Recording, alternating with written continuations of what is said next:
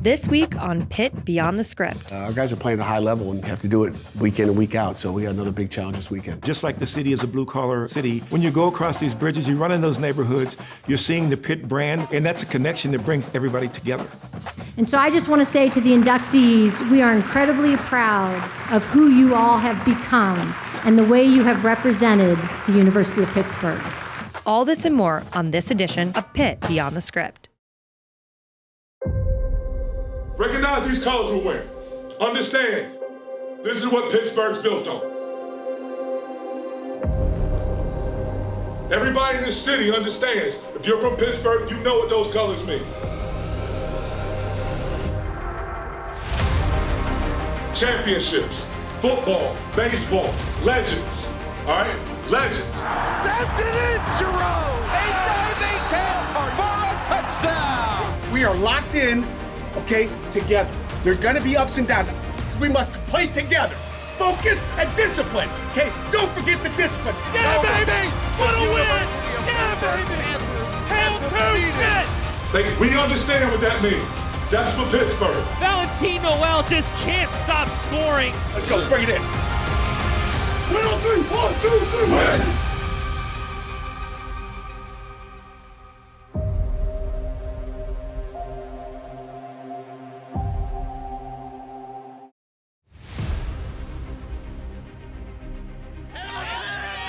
The atmosphere is electric on Pittsburgh's North Shore with a wave of royal blue leading to Heinz Field. Kenny's the Heisman. For the first time in history, perennial powerhouse Clemson and Pitt will meet here in Western Pennsylvania.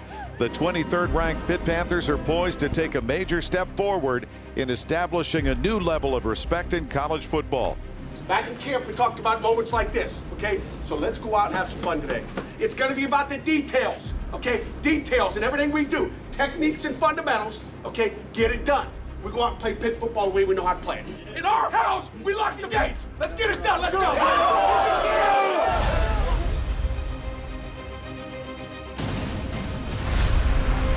Kenny Pickett, point blank. He circled this game on the calendar when he decided to come back. This is a validation game for Pickett and for Pitt on a huge stage. So the Panthers will take the ball to start the game for one of the biggest games in the history of this stadium.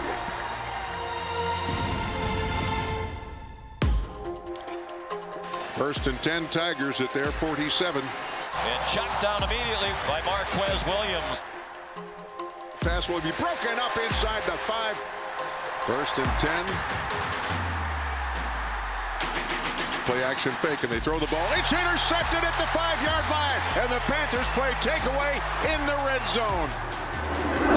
How about that? Listen to that crowd. Music to my ears. Don't give him anything cheap. Make him earn it. It's the loudest this place has been today here. And he's surrounded by Panthers. A big third down opportunity for the Pitt defense right now. Broken up by Brandon Hill. Now they'll get the ball back for their offense. There's a run straight up the middle. Comes Izzy, and Izzy on his way. Find the crack and hit it. Great job by Izzy. Throw the completion for a first down. Jared Wayne. In trouble. Pickett, a deep drop. Throws that ball down the field and wide open, and catching the ball with a leaping grab is Jordan Addison. What a play by that young man. 3rd and 7, and shotgun snap, rolling pocket right. Pickett throws that ball for the end zone. The pass is caught for a touchdown by Jordan Addison. That is the record. Pass completion record holder for the University of Pittsburgh is none other than Kenny Pickett. Panthers defense, Bill, is really making DJ uncomfortable now.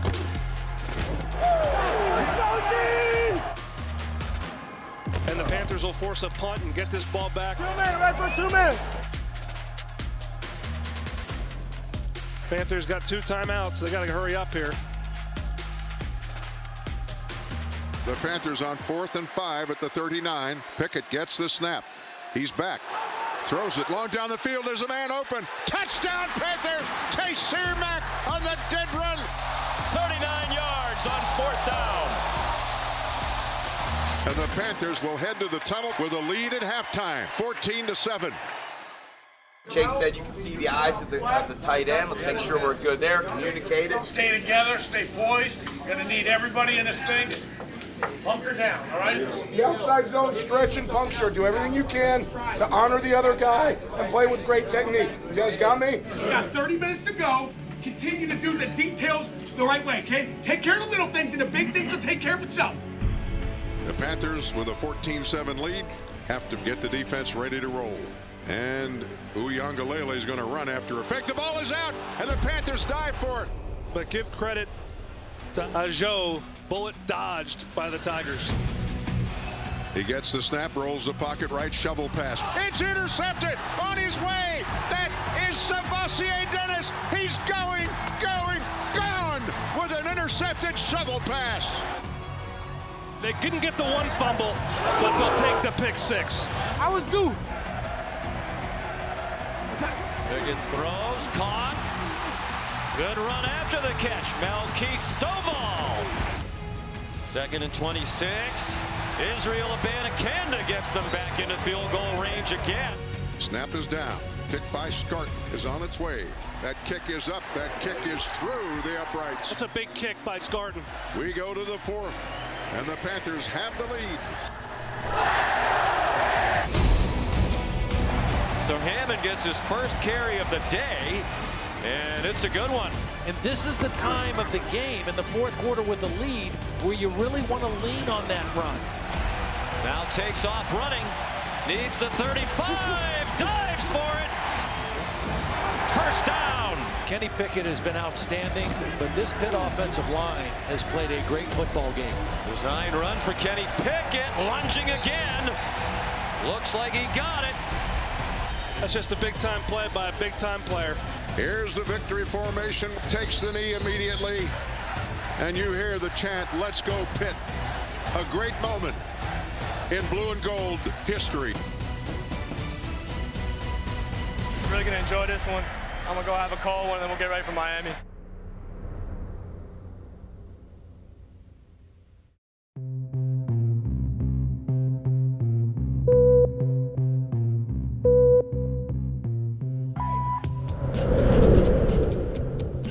Experience the power of e-bikes from Pro Bike and Run. Pittsburgh's hills are no match for e-bike power. Go farther, go faster. Pro Bike and Run has the largest selection of bikes in Pittsburgh. We have the bikes. Stop by a store near you. Let's go out and have some fun today. I cannot wait to watch you guys play. This is our brothers right here. You take care of your brothers today on the field, on the sideline. Let's get it done. Let's go. Win on 3. 1, 2, 3. Hello and welcome to Pitt Beyond the Script alongside head football coach Pat Narduzzi. I'm Rob King of AT&T Sportsnet. Thanks very much for being with us. A tremendous win over Clemson. Let's just take sort of a look back at that if we can before we move on. You know, a lot of people calling it the biggest win in X amount of years. It's the first time in over a decade that the Panthers have been ranked in the top 20. How do you feel about just overall about the victory over Clemson? You know, it's a big game. I mean, Clemson's a good football team that knows how to win. And, you know, they got beat handedly, and it could have probably been a little worse in the second half. Had some things maybe gone our way and not their way. But, you know, 2 field goals, I think those could have been 2 touchdown drives and really put it away even earlier than it was. But, you know, our kids are playing at a high level. Our coaches have done an outstanding job of, you know, coaching them, putting them in position to make plays. And our kids just went out and played football. They didn't flinch when they were down 7-0 earlier. And our guys are playing at a high level. And you know, you have to do it week in and week out. So we got another big challenge this weekend. Panthers show blitz. Play action fake, and they throw the ball. It's intercepted at the 5-yard line. With that football is Damari Mathis still on his feet. Up to the 15, the 20, and the Panthers play takeaway in the red zone. How about that? And speaking of not flinching, Damari Mathis, really nice interception at a key moment in the game, I thought. No doubt. I mean, they're driving across the 50, and that was a great pick. He's got great ball skills. That's got to make any quarterback go, maybe I shouldn't throw it to 21 side, go to the other side. And I think, you know, all great corners can make those plays, but you got to put it on tape and show that, hey, you're going to, you know, get your eyes back and and go get that football. And that was a heck of a play by him. You didn't get great field position early on in that game, and then you go on a 90-yard drive and 4 for 4 on third down in those drives. Kenny Pickett, as he did throughout the course of the game, making some really nice plays with his feet as well as with his arm. Yeah, no question. Field position struggled early, and it's hard running from back on your own 15-yard line or 9-yard line, 10-yard line, but our offense, once they got clicking, and again, it's just hard to call plays down there as well. So it's you get handcuffed a little bit. You got to be a little bit more conservative on what you're doing as far as play calling goes. So, but Coach Whip and the gang got it going as we went on. You know what the problem is with that, right? That field position, you got to win the coin toss. Right. Yeah. Our defense gets the ball. They got their first series. It's at the minus 47-yard line, so they got a 53-yard drive for a touchdown on that if they get it. But we go 3 and out on defense. Had we kicked off to them, went 3 and out, now our offense has got good field position. So we got to find a way to win the coin toss. And I talked to our team last night about that. 46 seconds left of the second quarter. The Panthers on 4th and 5 at the 39. Pickett gets the snap. He's back. Long down the field, there's a man open. Touchdown, Panther! Chase Searmack on the dead run behind the coverage of Barrett Carter, and the Panthers convert. Coach, also, man, this propensity for going for it on 4th down, some courageous calls, and of course you do it deep in their territory and you wind up with a 29-yard touchdown pass on the other end of that. I thought, again, that was a big moment in the game. It was a big moment. I mean, they were playing down on 3rd and medium, which that was a 4th and medium, so it's pretty much your same play calls, but they were playing low and trying to take around all across routes and all that stuff. And again, that was last year. That was in this game, and we had it set up, and Coach Whipple just made a fantastic call to pull that play up or let him play shallow, and we're going to go deep on you. So, 4th down is critical when we cross that 50-yard line, and when you have number 8 at quarterback, you feel really comfortable with taking 4 downs and making something happen. By the way, I said 29. It was actually, obviously, as you know, 39-yard touchdown pass. On the ground, Izzy gets it going. Obviously, he has to lead the game. Rodney Hammond comes in, the freshman. What did you think about the way you were able to run the game, especially as the game sort of progressed? Again, you said early on it's kind of hard to run in that field position, and then it seemed like you really got a rhythm going. Yeah, I mean, we look at that last drive of the game. It was an 8. We killed them in time possession in 4th quarter. We had the ball. That last drive was 8 minutes, and we didn't score. We took a knee. We could have scored there as well. As long as we didn't get a holding penalty or something like that to set us back. So, that's 2 weeks in a row. Virginia Tech, we iced the game with was it 11-minute drive, 12-minute drive. And then this week with an 8-minute drive that just, was unstoppable. And Rodney came in and off the bench and, did what he's done earlier in the year. Snap. He's going to run the quarterback keep. And he comes up over the 45 and gets enough for the first down to the 46. That's a big-time play. That's just a big-time play by a big-time player. Sometimes it's easy to want to talk about some of the other guys, but Kenny Pickett, I thought, another fabulous game. Under some duress early on, based in part because of the field position, loses Jordan Addison, still able to move the ball through the air on the ground, and then afterwards saying, look, this is great, we're going to enjoy it.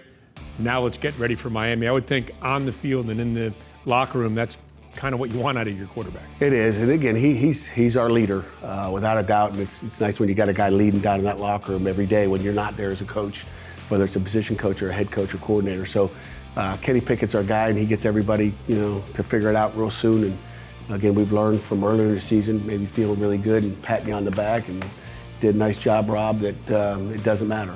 Well, that victory over Clemson will matter a lot more if the Panthers can follow it up with a win over Miami this Saturday at Heinz Field. We'll talk about that game coming up a little bit later on Pitt Beyond the Script.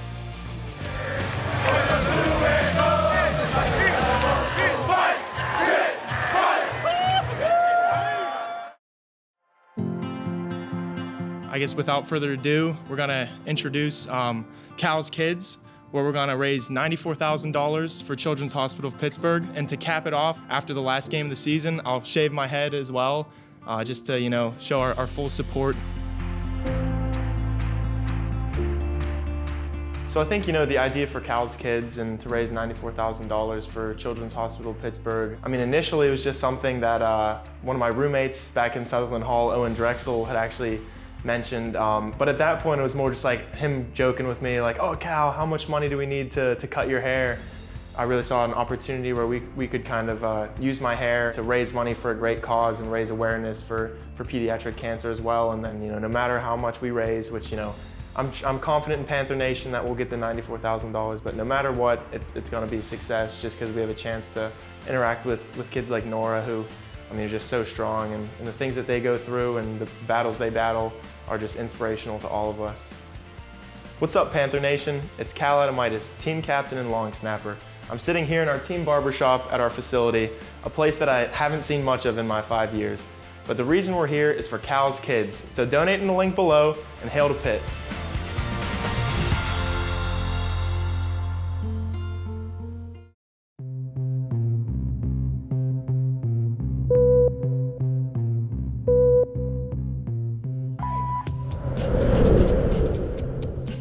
Experience the power of e-bikes from Pro Bike and Run. Pittsburgh's hills are no match for e-bike power. Go farther, go faster. Pro Bike and Run has the largest selection of bikes in Pittsburgh. We have the bikes. Stop by a store near you.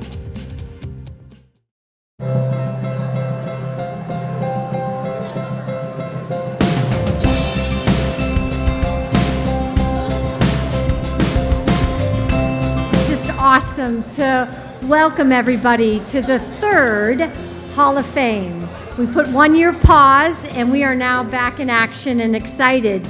I want to thank you all for joining us this evening to kick off our Hall of Fame activities.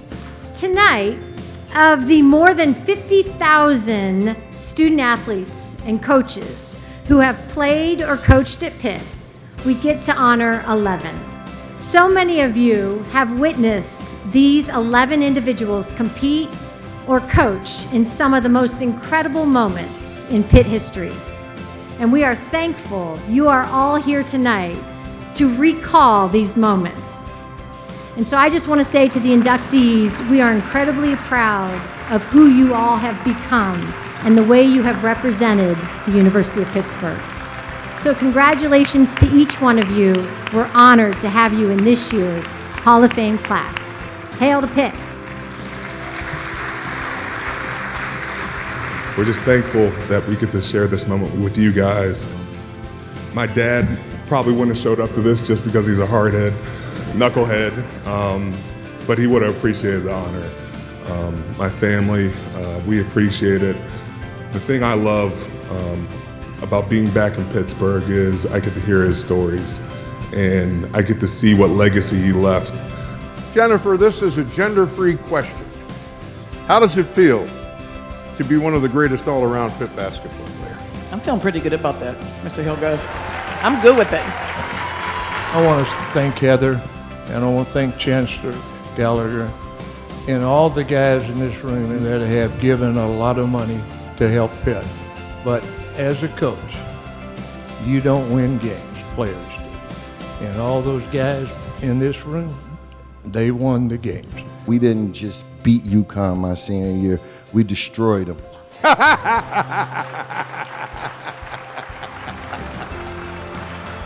This guy, he's sitting right here, his name's Gus Sinceri. He said, I don't care what anyone else has told you, you can play in the NFL. As much as this means to me, because to me this is next to the Hall of Fame bust that I have. I wanted to put it right beside that, but Gus, I want to give this to you, man.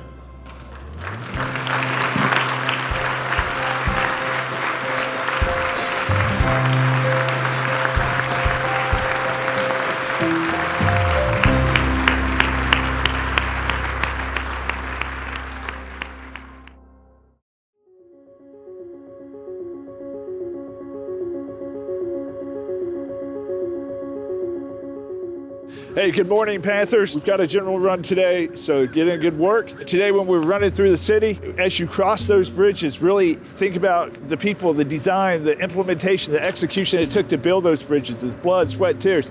It's going to take that same effort to have success. So we've got to step up, have a great race, but it all starts with training today, starts with a good run. I think the historical value of the bridges in the city can't be overstated. It's cool that they connect everyone together in a way that Everybody's taking these bridges to get to wherever they need to go, but they've all got to go across these bridges to get from one side to the other. Hey, good morning, ladies. We're actually 1 week out from the ACC championships. We're just going to go out there and have some fun. Be excited about it and make sure that we're working all the way through championship season. We've got big goals, big expectations. P-I-T-T! P-I-T-T, let's go Pitt! Woo! I feel like a big part of my identity is being a runner on Pitt's track and field and cross country team. So when I think of those bridges, I just think of all the amazing runs that I've had with my teammates. Personally, I feel like it makes me feel empowered just because of all the incredible people that have been on those bridges. I think when you know that legends have crossed these bridges, it kind of puts it into a different perspective. From their architecture to the people that have been across them in the past, it makes it feel like they're special and they're really something significant about Pittsburgh. Using the bridges as our training ground is really important for the men and the women because it connects all the trails we train on a daily basis. There are so many different routes that we run in Pittsburgh, and 90% of them involve running across a bridge. Being a blue-collar team, just like the city is a blue-collar city, when you go across these bridges, you run in those neighborhoods, you're seeing the Pitt brand, and that's a connection that brings everybody together.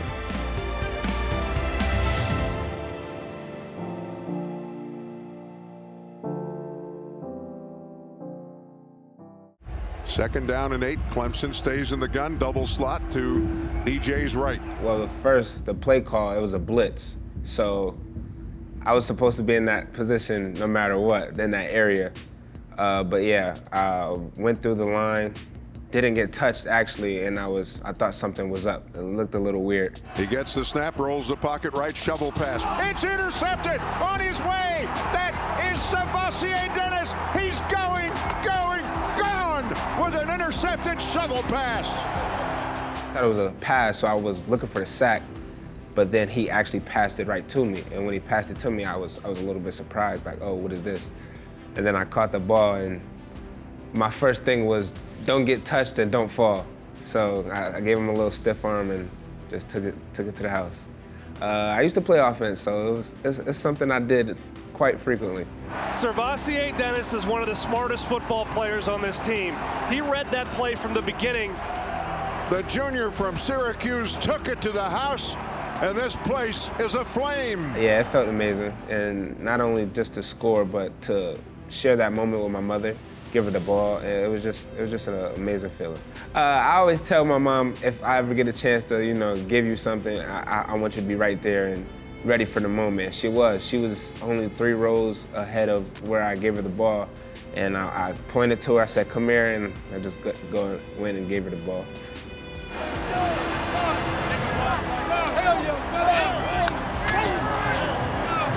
Hey, I was due.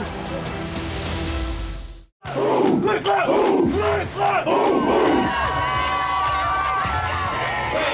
Pitt! Let's go, Pitt! Let's go, Pitt! Let's go, Pitt! Welcome back to Pitt Beyond the Script. Looking forward to the Panthers game against Miami coming up Saturday at noon. Coach, this is a Miami team that strikes me as maybe being kind of dangerous.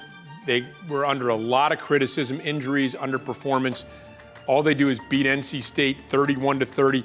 It feels like maybe a program that kind of circled the wagons. You know they've got talent. It would seem like that would make them dangerous. No question, they are a dangerous football team, and they've been dangerous the last couple of times we played. They're well coached. Their guys obviously pulled together and went out and played for Manny. And we expect a motivated, talented football team to come in here at noon on Saturday. I mean, they are talented, and I really love the quarterback. I think it all starts with who's that guy under center and the guy pulling the trigger. And again, we know they're talented on defense and they run around for Manny Diaz, but Tyler Van Dyke is a guy that we're going to have to make sure we keep him in the pocket. We're going to have to make sure that we cover our guys and make plays on the ball because he's going to put it there.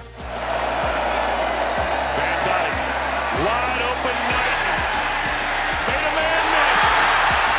Knighton will take it the distance for Miami. He made some headlines by saying he thought that his team would be able to move the ball against NC State, one of the top defenses in the country. They did. When you talk about him, look, going into the season, we thought it was going to be De'Aaron King, a guy that was, a front runner for maybe ACC Player of the Year. He gets hurt. His backup, a huge recruit, Jake Garcia, he gets hurt. Tyler Van Dyke was a pretty big recruit as well. What is bigger guy? What kind of game does he bring? And it looks like he spreads it around. They have targets, Rambo Charleston. They've got a tight end who's productive. Jalen Knighton, the running back, coming out of the backfield. Does that make it more difficult to defend when they can go to different areas of the field? Yeah, I mean he's a prototype drop back where King was going to be a scramble guy that King did not and does not throw the ball as well as Van Dyke does. So he's a guy that's maybe a pass first. He's not he's not going to scramble and get a bunch of yards, even like DJ last night or last weekend. He's a quarterback. In 3 or 4 years, that guy's going to develop into one of the top quarterbacks in the league. And again, you see the progression every week from his first start at Central Connecticut, on through Virginia and North Carolina games. You just see that guy getting better each week. Is making on the far side. King went 14 yards to Harley. Now he wants more than that, and going up and getting it is Harley again. Well, and I think, again, we see this a little bit with your program as well, but I mean, they had Cameron Harris at running back, one of the top runners in the country. He got hurt. His backup, Don Chaney, was a top recruit. He got hurt. Now they're down to Jalen Knighton, but he's been very productive. We saw it with your running game. Look, you're down to Rodney Hammond, who's on paper is your third-string running back, and he's able to come in and be effective. So maybe fans need to look past where a guy is on a depth chart and realize these are still talented guys that are going to be coming into Heinz Field. Yeah, and they've got more of them down there. They've got more. If Knighton goes down, I mean, he's, I know Coach Partridge recruits that area down there, and that guy could have gone anywhere in the country he wanted to go, and he picked Miami. And he's just getting his opportunity. Sometimes you got to wait your opportunity with Chaney being down there and the Harris kid, so he's just getting an early opportunity, just like Van Dyke is, and they're taking advantage of their opportunities. Don Chaney, who had the touchdown, cuts it back up the middle. Big cash against this App State defense. Is there anything in particular that sticks out in that defense? Bubba Bolden, obviously, is an outstanding safety, but Manny Diaz, head coach, took over as a defensive coordinator over the summer and on into this year as well. Are you seeing anything differently out of them now that Manny Diaz is kind of calling the defensive plays? Yeah, I mean, they're being a little bit more multiple. I mean, they're doing more things than they have in the past. So, he's added some more scheme to their game. I mean, you see the speed. Their whole secondary is fast. So we're gonna have to get open and give Kenny some targets to throw to and get off their coverage because we're not gonna outrun them in the back end. We're gonna have to outsmart them. Pickett, lots of running room, slides down at the 37. Here comes pressure, picked up nicely. Man wide open! Touchdown Pittsburgh! Taysir Mack, 39 yards on 4th down. As a head coach and a coaching staff, these two teams seem different to me in that Clemson came in not scoring a lot of points, not giving up a lot of points. Miami, you come in, they score a lot of points, they give up a lot of points. Does that alter what you do as far as a game plan or a mentality or an attack going into a game, or do you just simply play your game? We got to play our game. I mean, we're going to try to take away what they do well. We've got to stop the run, obviously, but I think they're kind of a throw first team with Tyler. So we've got to defend them. We don't go in saying we got to just stop this. We're going to defend the whole package on defense, and then on offense, we're trying to get in the end zone as much as we can, and just get one more point than they have. And I know you said the fans are a big factor against Clemson at 3:30 at noon. I'm sure you're hoping you're going to show up at Heinz Field as well. Yeah, we have mandatory bed checks, so me and the staff are going to go through the campus, make sure at 10:30 we blow a horn and make sure they get to bed early because they got a big day in the morning just like our players do. Get well rested, get down to Heinz Field, root on the Panthers, who are in the top 20 in both polls for the first time in over a decade. Coach, thanks very much. Thanks, Rob. And thanks to you for watching this edition of Pitt Beyond the Script.